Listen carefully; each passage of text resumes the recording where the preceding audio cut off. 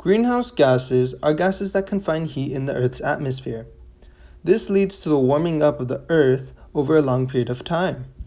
The Earth is acting as a giant greenhouse, and the gases that are entrapped within it are causing the acceleration of global warming. The most common greenhouse gases are water vapor, carbon dioxide, methane, and nitrous oxide.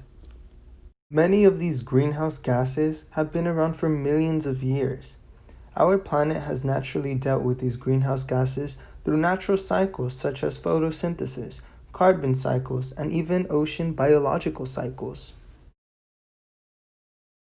However, at the start of the 19th century, roughly around the kickoff of the Industrial Revolution, greenhouse gases became stronger, more intensified.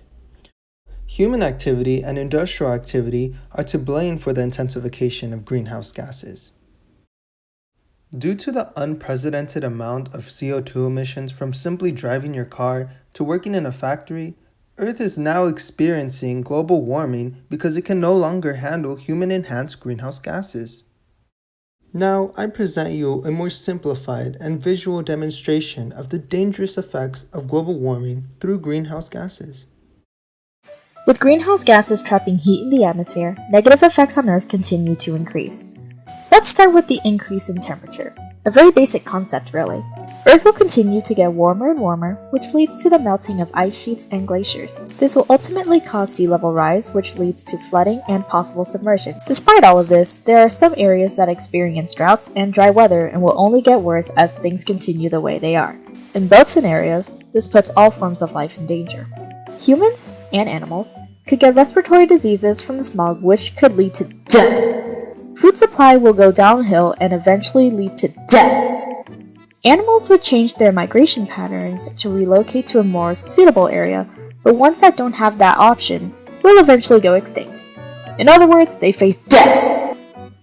Oh, hello, cute polar bear. Well, this is awkward. Okay, let's do some simple math as a quick recap. Oof, well, that's unfortunate. Hooray for humanity, am I right? Yeah, no.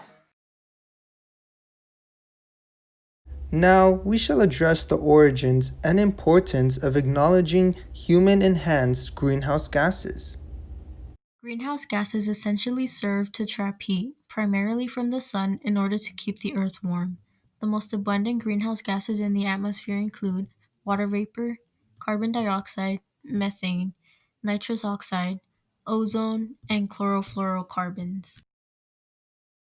It is important to reduce the use of greenhouse gases for the purpose of protecting the earth and people's health. If we as a society made the effort to reduce the production of greenhouse gases, we would not have to live in fear waiting for something bad to happen because of our choices. The greenhouse effect is a natural warming process that avoids turning Earth into an approximately negative 18 degrees Celsius Iceland. A good amount of methane comes from cows belching and passing gas.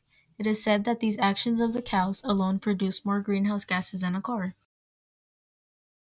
Now, I present you a few ways we can abolish and reduce our human industrial footprint among this earth.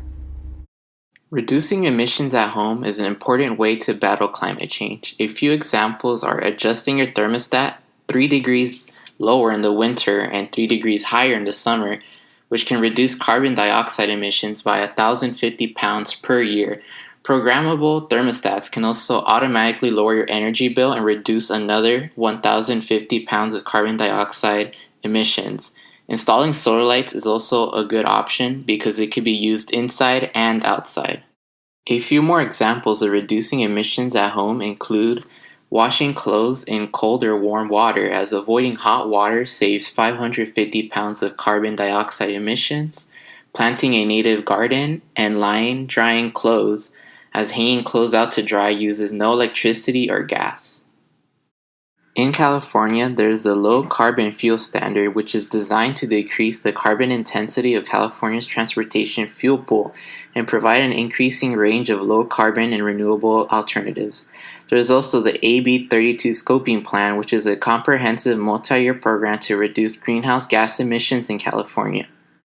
A couple more greenhouse gas reduction policies in California consist of the California Clean Energy Jobs Act, or Proposition 39, which awards more than $1.7 billion over 5 years to schools to plan and install energy efficiency upgrades and clean energy generation measures, as well as the short-lived climate pollutant reduction strategy, which they aim to reduce 40% methane and HFC emissions by 2030 and a 50% reduction in anthropogenic emissions of black carbon by 2030.